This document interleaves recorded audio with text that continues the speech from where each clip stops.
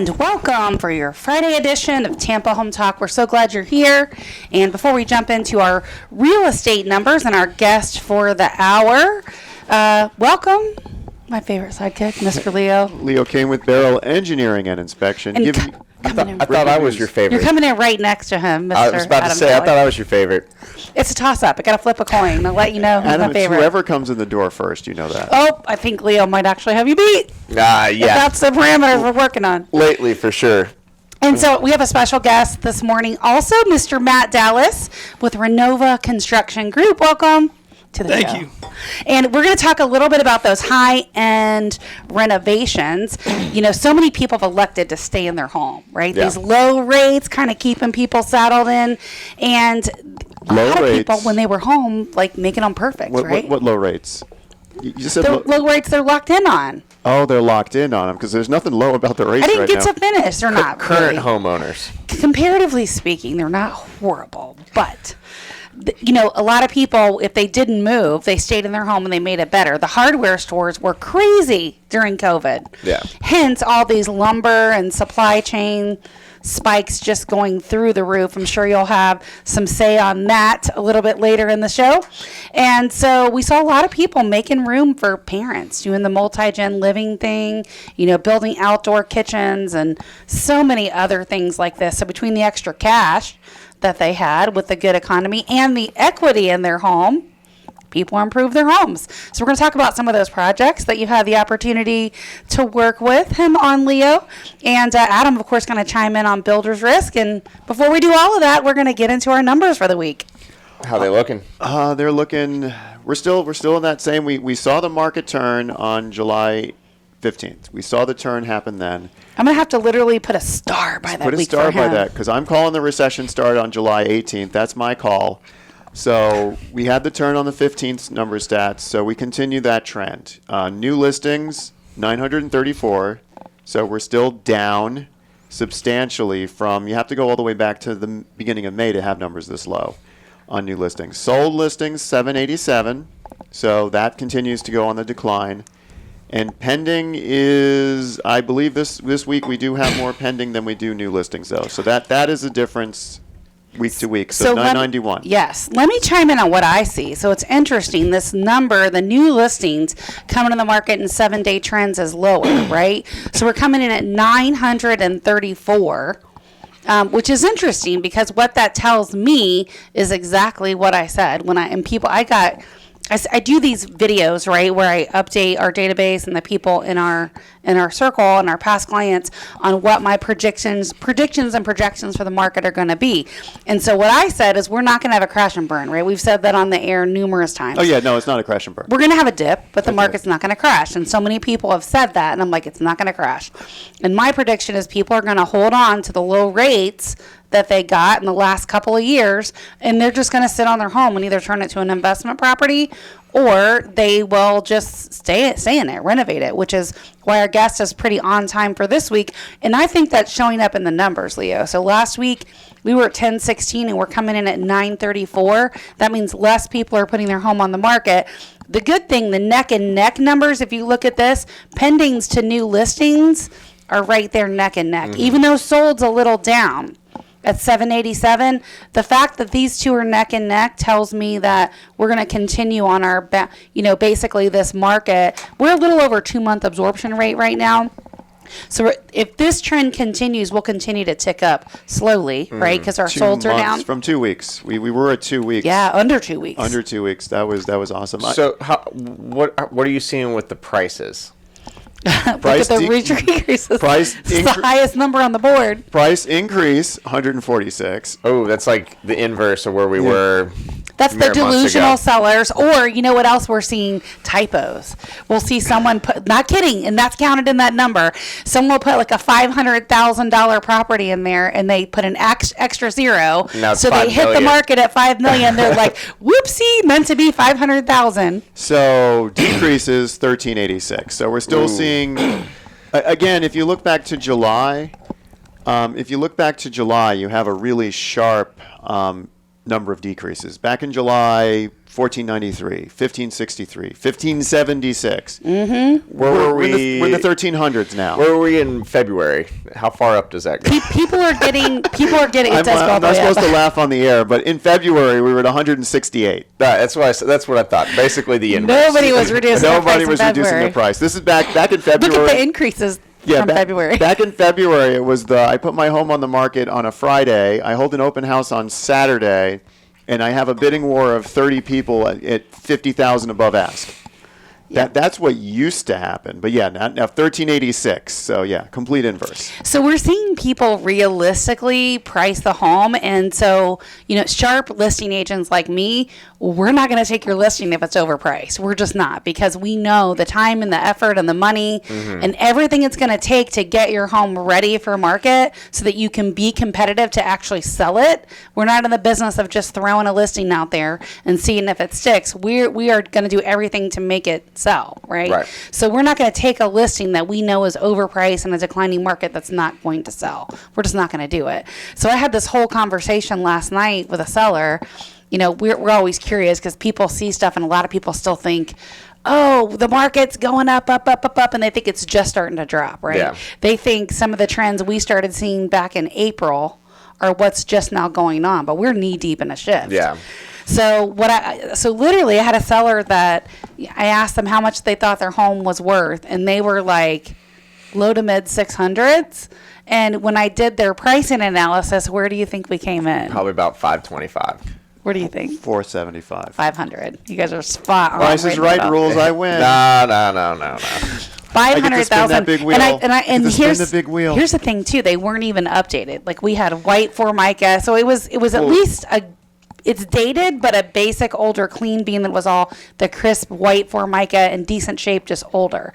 And it had some features that buyers would pay for, right? Like a third car bay that's 45 foot long and really high. So you could put a very tall boat or an RV or whatever in there. Yeah. And there's no deed restrictions on a half acre. So someone's going to pay for that. But the fact is, you walk in and it's 1990 everything, right? So now you're comparing against someone that wants those features and benefits to someone that's updated, and if they're a little bit more, someone's going to pay more for those features and benefits on an updated home. Well, and something else people need to think about too is the features of your house, right? Like, so the roof, the 4-point things. All new. They did the good stuff. They did all that. If any of that is off, Yeah. you can't price it as high as you want to, because they won't be able to get insurance. And now that the market's shifting, it could. Well, and insurance is everything. another whole animal, right? Like, we've been talking It's about tough that right for now. months. We're dedicating a whole segment to nothing but insurance coming up. Oh my goodness. So I talked to a seller that literally still had multiple offers late in the middle of this shift.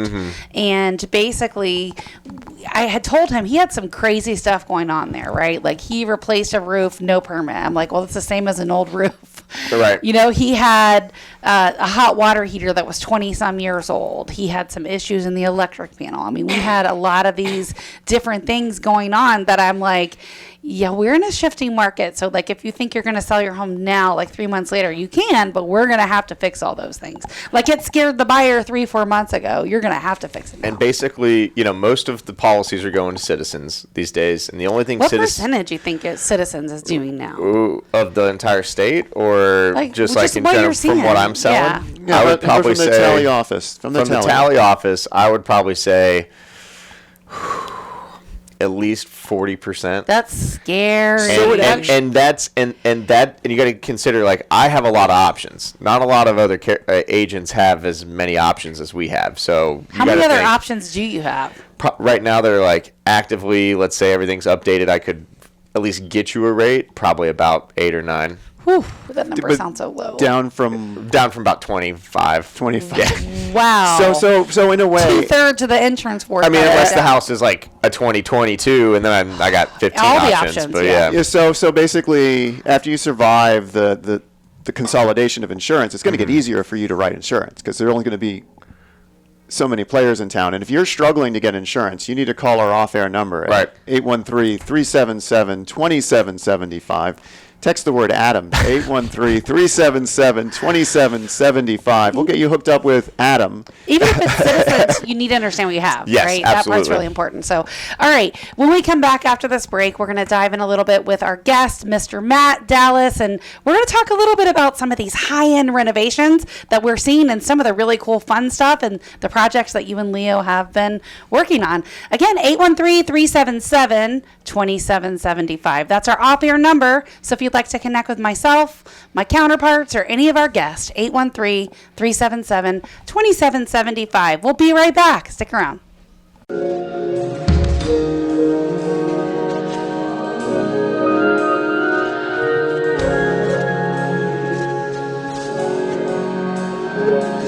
Welcome home. This is Tampa Home Talk. You're listening to Leo Kane from Beryl Engineering and Inspection with a wild crew today. We got Adam Talley from Talley Insurance. Make that 5 seconds. Yeah, Roll 5 seconds. back We in. thought we had 45 seconds. I'm Katrina Madewell. I'm your host. So, Adam Talley. Adam Talley. So, Adam, we got into a good conversation last night around midnight Oh, that's fun. about insurance, and I Yeah. figured this would be a good topic for our listeners. So, By the way, I got to give a big kudos to Leo. Like, we had no guests lined up today, and he pulled the whole thing off and invited Matt, and, like, organized everything. So proud of you. Thank you. oh, thank you. I'm pulling Pat's duty. I'm the producer today. No Okay. comment from Pat. Excellent. So, Adam, so I've got a home under construction. Okay. And my contractor's coming to me with an extra fee I wasn't anticipating. Okay. It's this thing called builder's risk. What is it? Why do I have to pay for it as a homeowner? And how do I get out of having to need it? And how does it play into your regular homeowner's insurance that you already have? Yeah, I mean, I already have insurance. Well, you don't need a homeowner's policy and a builder's risk. Those would be But conflicting. that's worth mentioning, right? Right, absolutely. What if So you're living in the home? if We'll you're talk about all living of in the that. home, well, here's the deal. If you're living in the home, then just stay with your current insurance carrier because you won't be able to switch if you're under construction. Obviously, you can have homeowners and, they're not restricting you from improving your house, but they don't want to take on the risk if it's under construction at the moment. So wherever you're at, you're just going to have to stay until you're done completed with the renovations. So let's talk about this. So some of the ones you guys So- did, were they occupied or? So basically what you're saying is if I live in the home, I don't need it. But if, let's say I'm buying a home and it's a 203K. Right. But if let's say you're buying the home, but it needs a lot of work. And I won't be able to move in for 8 weeks. If you want, then a builder's risk would work. Right. But the problem is where people get in trouble is they think they're going to be able to get a normal loan and then do a bunch of construction and it's going to be fine. That doesn't really fly. So it's one or the otother. And a lot What's of considered a bunch of construction? Like, what's the threshold there? I would say if you couldn't live in it or if it's replacing all the major features. So like a roof, if it wouldn't pass a 4-point. You're not going to find something that's going to let you do that, right? That's the key right there. If obviously you can paint your house and do the floors, like those are normal things, but not, full blown tear down, everything's coming out and doing that. So what That's does not the gonna do. insurance cover then? Because I'm not living in the home. No, so that would be, I was just talking about people that are like new buyers doing that kind of stuff. Builder's risk is What if going to they're cover. already in their home though? Like that's my question. What if they're already in their home? They've got homeowners insurance. They've already been there, then just stay where they're at. There's no problem. So Matt, would you still require builder's risk? No. No. Okay. Yeah, because they're already in there. The only thing that I would recommend for those people is make sure that the GC, whoever you hire, is licensed, insured, bonded, that kind of stuff, because that's what's going to protect you if they mess up your house during construction, right? So that's your protection. So I guess that leads to my next question. So what licensed insured, everyone knows that, and everyone throws around bonded. And actually, some of our clients are like, "Are you bonded?" I'm like, "I'm not bonded. I don't need to be bonded. I push paper." Right. So what is bonded, and how does that? Why do you want to see that in a contract? That's true, because I think people do kind of combine all those together in their sentences or in their mind, and there's a difference. Right, in and all it this. depends on who it is and what they're doing, that kind of stuff. Like for example, I do a bond for a woman that owns a cleaning business, and a bond really is just your guarantee that you're going to basically pay for something. But they have it because they're going into people's houses, and that's protection against theft. That's what I say. Does the bond also protect against theft? Exactly. But anyway, so back to the builder's risk, because I think that's where we started. Builder's risk is it's designed for either large, you're not living in the house. Like, you can't live in the house with a builder's risk, and it's designed for like either large scale, over 50% of the house type of renovations, I or wouldn't know anything about that. or I've written one for you for both, or ground up, right? So you're starting from zero, ground up. They're actually more affordable than you would think. Well, what do they cover? I mean, like, It would cover materials, Or and then you it's going pay to cover insurance when nothing's happening. I love that. right. It would cover materials theft, and then your normal perils like fire, lightning, wind, that kind of stuff. Hurricane, forest fire, right? Like fracking, all you have is a sinkhole. frame, and now Hurricane Leo's coming up and knocks it all down. It's paying to kind Can't of wait to see if we reconstruct. have a Leo and what he does. Now the one Leos historically have not been great hurricanes. now But the there's one- no retired Leo, right? Well, that would be a great hurricane if there was a retired Leo.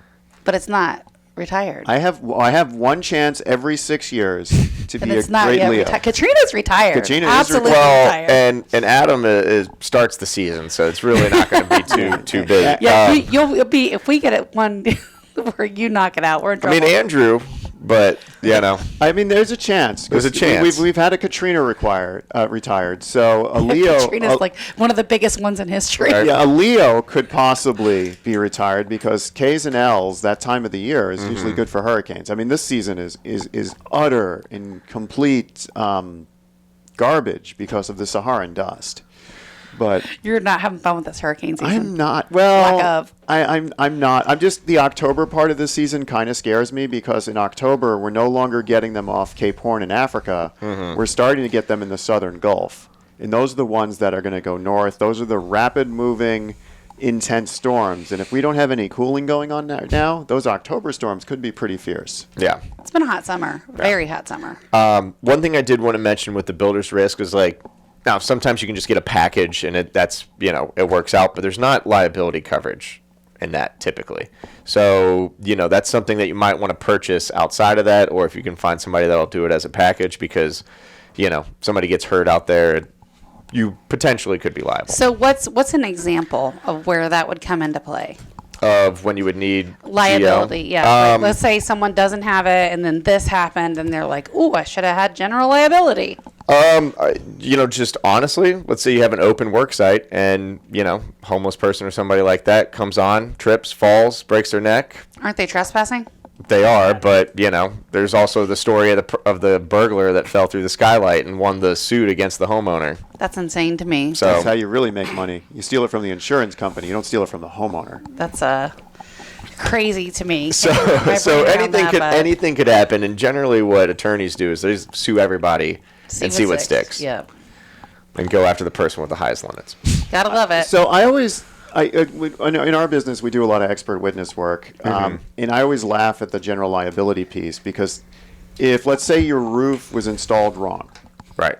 and it caused a leak, they don't pay for the roof part of that. They pay for everything subsequent. So like your attic, your insulation, your drywall, the mold remediation, they pay for all that, but they don't pay for what actually caused the damage. Now, I got a question. But wouldn't that fall under the quick. warranty or the professional liability? Well, that's Well, like if the roof is installed wrong, shouldn't the county have some level of responsibility there? okay, so there's something called okay, I'm going to have to say not a lawyer here. I do a lot of Stay in expert- my professional lane. say not a lawyer. Here's what I think from an engineering From an perspective. engineering standpoint, what we've seen is something called sovereign immunity.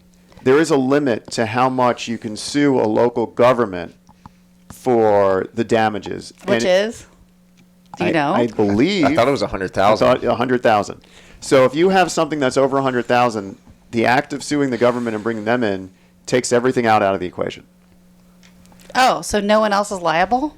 Not a lawyer. I would love to have a lawyer on to talk about sovereign immunity and how to get around it. But the key here is people don't sue municipal governments because they're like sovereign immunity and with that limit. So what's really neat about liability insurance is let's say you have a plumbing pipe break in a wall from a faulty plumbing installation. They won't pay for the 90-cent part that broke, and they won't pay for the $20 connection it broke from, but they pay everything else, like That makes all the no flooding. sense at all. I don't know. That's the way liability insurance works. Not a lawyer. Have to say that again. Not a lawyer. Not But a lawyer. If you're interested in a lawyer, Just your thoughts as we- an engineer. I can hook you up with one. Just text 813-377-2775. That's 813-377-2775. Well, you used to work with municipalities, so I feel like you probably know an attorney that specializes in this area. I know a lot, but no one that wants to sue the local government.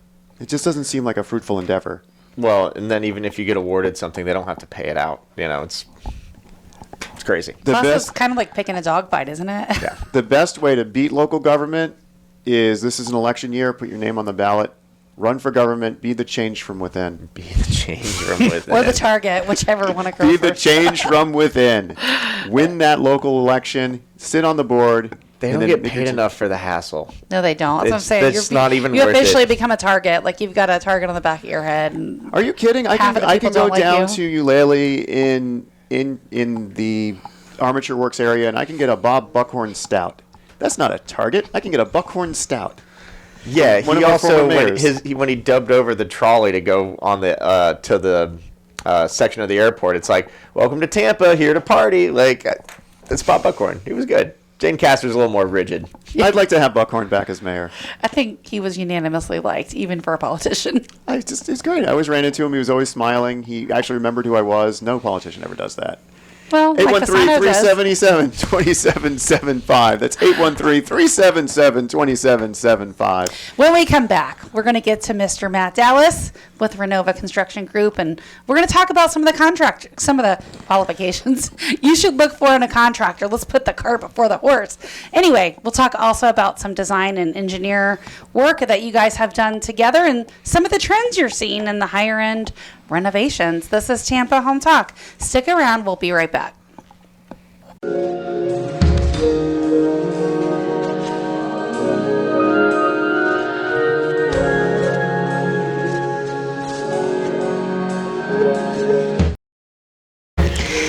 Welcome home. This is Leo Kane with Beryl Engineering and Inspection for your inspection tip of the week. What you got? I don't have anything. What? I put the show together.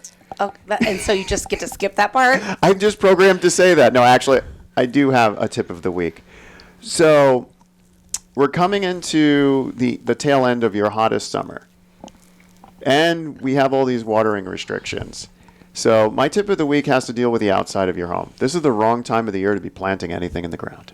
Yeah, it's pretty hot. It is very hot. What about melons?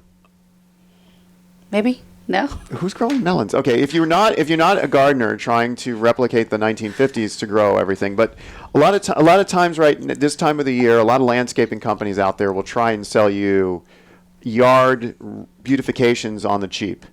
The reason why they're selling them on the cheap is because this is the wrong time of the year to be planting, and they're not very busy.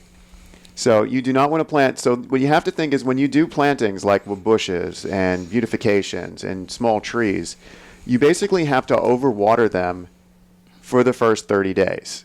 You can be talking like if you're planting a tree, it could take 3 to 5 gallons of water per tree per day. So you end up having to do a lot of watering. However, the water evaporates so fast this time of the year, you end up having to put 5 to 10 gallons down. So if you have an automated sprinkler system, you're running it every day, your neighbors complain to code enforcement, you get fined. You are allowed, what I've heard, and I'm going to have to do my not a lawyer fingers and wave in the air, that if you do have a freshly planted yard, there are exemptions out there depending on where you live that allow you to water every day for up to 30 days. But it's just the wrong time of the year. Wait till it cools down. February, March, that's great times to do your yard work, plant your new trees. If you're going to do them early, do them in November after the hurricane season ends, but do not get talked into landscaping companies to do your whole yard beautifications now. You will be wasting so much water. So, question on that, just piggyback question. What about like the rain barrel systems? Just curious in general what your thoughts are with regards to catching rainwater to use for your irrigation. Oh, cisterns? Not necessarily. It could just be rain barrels.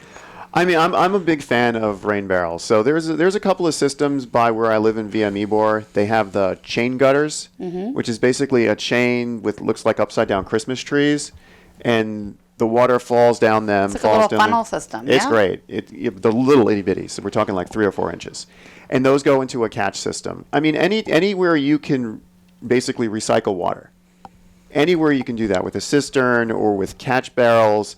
those are great. I mean, if you have a metal roof, rain catch system all day, every day. If you have a shingle roof, you might get some asphalt. You might get some fiberglass in there just because. It might be fun to do a whole show on that, wouldn't it? I would love to. Yeah, we get a water treatment guy in here. But I mean, if you have a cistern, you're supposed to throw a cup of bleach in it once a month to get rid of algae. This isn't for potable water. Doesn't need to circulate. No? It could become a mosquito pond. If it's an open catch basin, yeah, it's going to become a mosquito pond. So you want it moving. But yeah, any 55-gallon drums used for watering the lawn, that's awesome. I mean, the average shower you're going to think is a 5-minute shower is about 15 gallons of water. Most people take 10-minute showers. You're looking at 25, 30 gallons of water. So you have to think, if I'm using a 55-gallon drum to catch water, it's like 2 showers. Yeah. Well, remember me asking you about what it would take to build on an island, like with water and electric and all that stuff? We were talking about that before. I'm so honored to be doing an island inspection tomorrow. You are actually doing an island inspection for us, so we're excited. I'm very excited. I've already got the inspector prepped. He's going to get his marsh boots on. We're going to go trudging. It's going to be fun. And yeah, you do have a cistern out there. I mean, rain barrels aren't as common, but I mean, if you have a catch system, like let's say you have your own PVC garden in the backyard with some flower beds, that's a good use for a catch system. Yeah. Because basically you're just cycling water. Now the thing I did is I have a small water feature pond in the backyard. So I actually have my gutter system. It spells into the pond because I don't have fish in it. Why not? It's now being overrun with frogs. It's just more animals to keep track of. Yeah, it's being over. I got to ask you about the island after you finish. So basically, it's pretty cool that Beryl Engineering and Inspections actually does inspections on island properties, right? Belize and That's from down in Belize, where we do a lot of inspections and designs. I mean, basically all of the inspections down there are on islands because we specialize in the key system. Not every home inspector can say that. No. Pat? Well, no, and that's very admirable. But what about it? Running into wildlife. I mean, you got those boots on. You could run into a gator. Is it in Thonotosassa? There's gators. There's likely pigs. There's probably bobcat. There's all kinds of stuff. I think Is this island? We'll have to talk about it more on another show because we have to get to our guest. Yes. But I will close this about the wildlife. Stepping on a snake is a danger. Wild hog is a danger. Most of those other animals, alligators, bobcats, cougars, coyotes, raccoons, they want nothing to do with us. So as long as you don't step on a snake, and as long as you don't cross a wild hog, you should be fine. Yeah. Well, wildlife in the wild. All right. Let's go back to renovations, shall we? Yes, let's do that. It's like the topic of our show. All right. So, Matt, would love to hear about some of the work that you and Leo have done together. And, before you dive into that, I'd love to see about some of the trends and the different things that you're seeing. And before you even answer that, what qualifications and whatnot should you be asking for your contractor before they ever begin? Sure. I mean, we spoke about insurance and bonding and all that, and there's a lot more to it than just, do you have an insurance certificate? Do you have the right coverages when it comes to workers' comp? You could say, let's say we get workers' comp insurance, but I want to cut my rates, so somebody that's mostly in the office, I classify him as an office employee, and maybe he's got to do a site visit and he's not properly covered. So you want to make sure that, workers' comp is properly covered. And then on the topic of bonding, it's not required by the state. We're bonded. That's a good idea if you have people in your home. Yeah.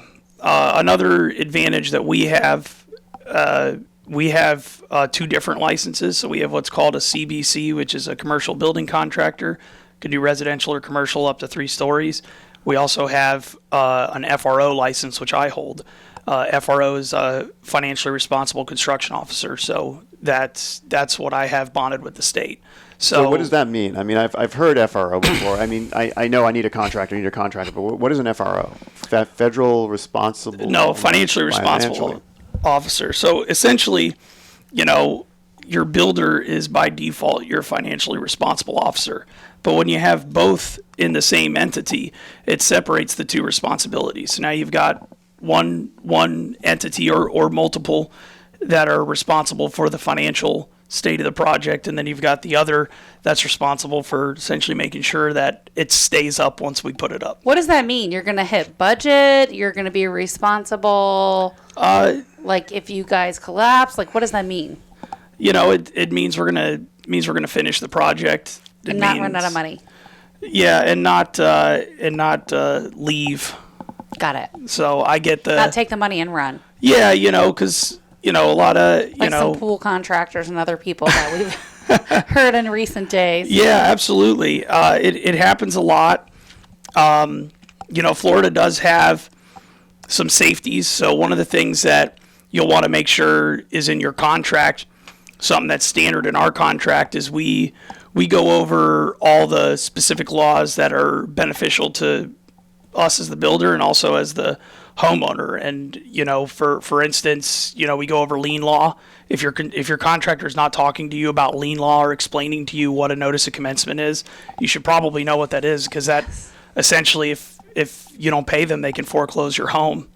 Well, notice of commencement is good too, because that means they've pulled a permit and they're doing work on your home. Of course. Yeah, and you need the permits. The other side of it is there's a Florida Construction Recovery Fund. There's you should be educated on what a 589 is. It's an official letter that you can send out to your contractor if you have defaults on the project, or defects, excuse me. For us, we don't run into that a lot. We do a lot of quality control. We're really staying on top of our projects to make sure they're getting done right. They're all drawn properly, engineered. They're all permitted, inspected. We're not skipping inspections or trying to sweep anything under the rug. If your contractor tells you, we got to do this kitchen remodel and we got to move the plumbing around and do some new electrical, but why don't we do that and then close up the walls, and then we'll just get like a superficial inspection at the end. If there's anything that he's doing that's doesn't sound right, it sounds a little shady, and it's not by the law or by the code.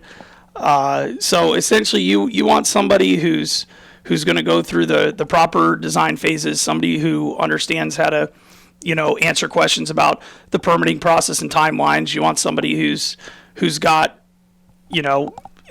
not saying you have to have the multiple licenses, but that's a bonus. Right. You want someone who's got the proper insurance.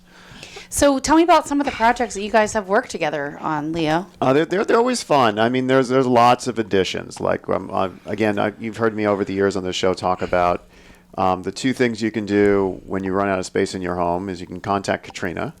Yep, you can love your home or we'll fix it. Or that means sell it, renovate it. We might refer you to Leo for an addition. Or you can come to Leo, and Leo's going to help you. Love where you live, we'll fix it. We'll fix it. So Leo's going to tell you how we can make it taller, how we can make it longer, how we can make it longer and taller.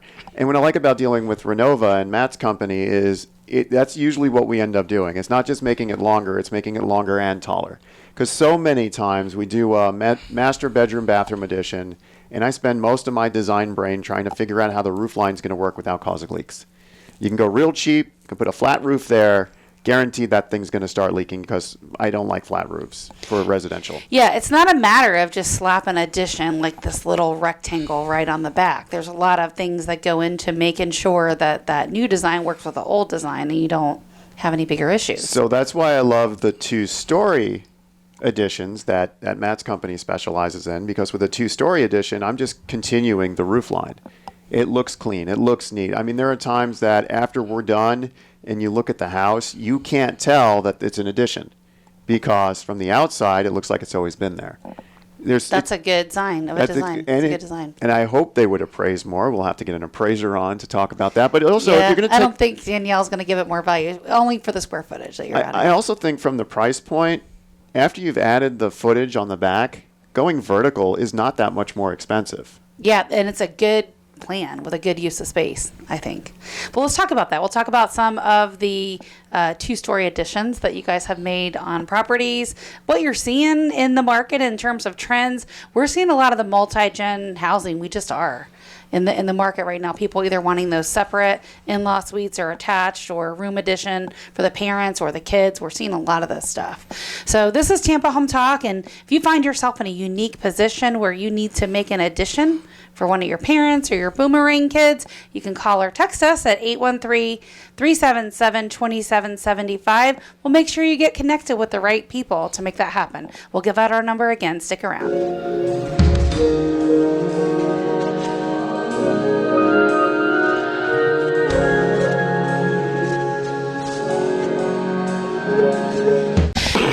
Welcome home. This is Tampa Home Talk, and it's our final segment of the show. We haven't even talked about the fun renos I yet. know. We're going to dive into that right now. Let me hurry up and give out our off-air number if you want to reach myself, our guest, or anybody on the show, 813-377-2775. You can call or text because that is our off-air number, which is 813-377-2775. So tell me about some of the fun stuff you guys have done. Any reoccurring trends or anything like that? Again, with high-end luxury renovations and additions, we don't see trends. I mean, I think back to our first project together, this was interesting. Before you dive into that, what defines high-end luxury renovation? Disposable income. Because Right. when you hear about some of these But the features, project size is roughly, or it's just... when you hear about some of these features, Okay. you'll start to see. All right. So our first project together was a house. They wanted to make the living room bigger. They wanted to make the bedroom bigger. They had a fireplace on that wall. So we had to figure out how we can make it a dual fireplace. So Nice the fireplace is on, so you can see it from both sides. Doesn't sound too hard, was it? And then you have to figure out on the second floor, because you have to How have to make the heat go out, right? Well, they had a second floor, and they wanted a fireplace on the second floor. Oh. Ooh. So now we're using one cavity to do basically 3 fireplaces. That sounds like a whole lot of heat. Well, it's not the heat. It's just the schematics of the flues. Like, remember we had I forget the gentleman's name from the chimney sweep guy, yeah. We need to have them back on. I still have that little fireman with the ladder. I do too. We need to have them back on, maybe so he can help explain it. But, I mean, it's just the configuration in the wall. So we had to break out some of the wall. We had to make the fireplace bigger. We had to actually dig a footer and pump concrete in the ground to reinforce all that. You remember. That makes sense. So essentially, the original discussion was: do we keep with the metal flue system and just put in a double metal box, or do we go to a true masonry fireplace? Obviously, in Florida, you don't see a lot of true masonry fireplaces, Right. but this is a huge difference in the aesthetic of the fireplace.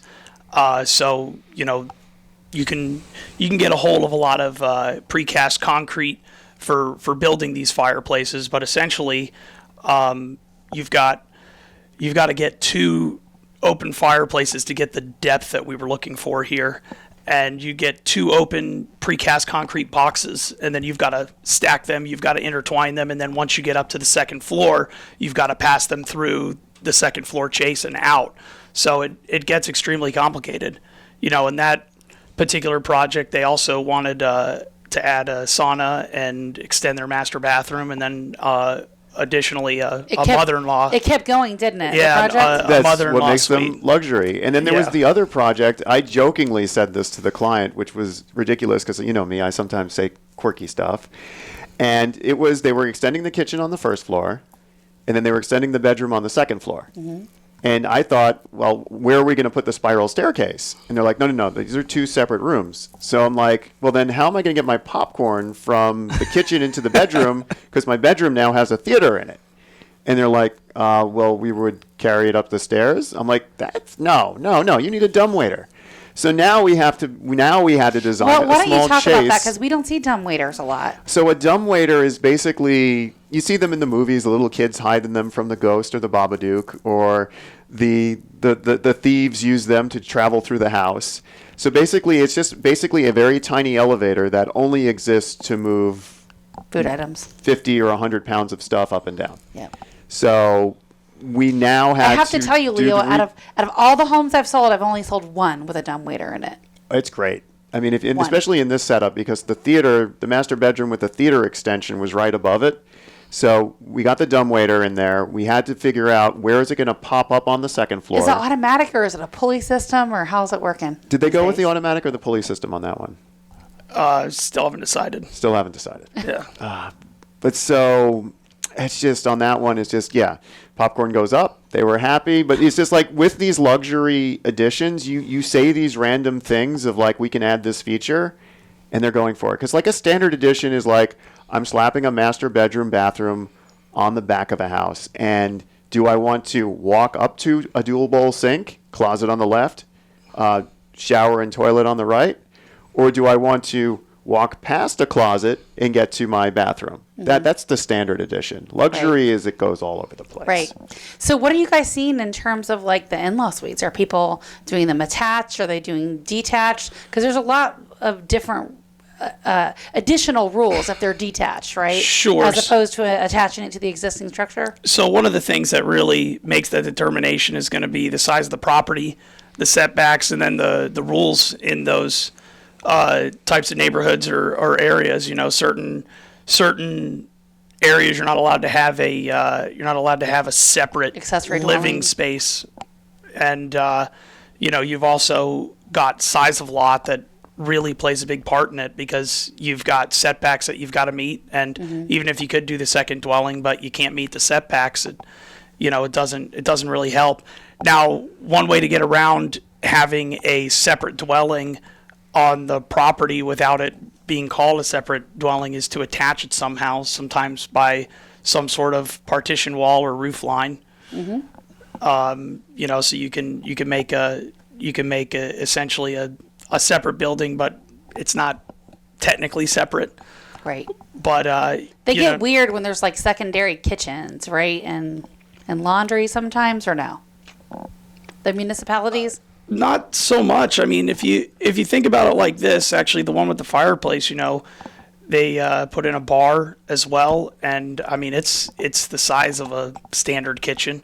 You get a lot of homes with Just no cooking features, right? no, They don't like. No, you can have that. You can have double kitchens. I mean, people do a lot of mother-in-law suites that will do, even if it's attached to the home, we'll put in a small Kitchenette. Yeah, a small cooktop with a little microwave above it with some ventilation, something, to be frank, it's only one of the husband or wife's in-laws. It's not, all four parents living there. So, sometimes you've got the wife of the family and her parents are moving in, and the husband's kind of like, we got to do what we can to keep them in there as much as possible. Their own space. Yeah, so we end up putting in a small kitchenette where they can have a fridge and they can cook and they can be Have independent living, really. exactly, little living space and their own separate entrance or exit to the space as well. Well, we got about 30 seconds for any final thoughts. It went by quick. My final thoughts are 813-377-2775. If you're looking for builder's risk insurance, need a check on your citizens policy, text the word Adam. If you're looking for designs, obviously. Which can be a lot of work, a lot more than people think, and a lot of time. Yes. So if you need it now, you might have to consider a sell and a buy. If you got some time and you love your space, design it, build it with Matt and Leo. And if you need to get a hold of Matt for the construction, just test the word builder, contractor. 813-377-2775. 377-2775. This is Tampa Home Talk. We're so glad you're here. We'll be back next week. Thanks for joining us. Love where you live, or we'll fix it. Welcome home. Love where you live or love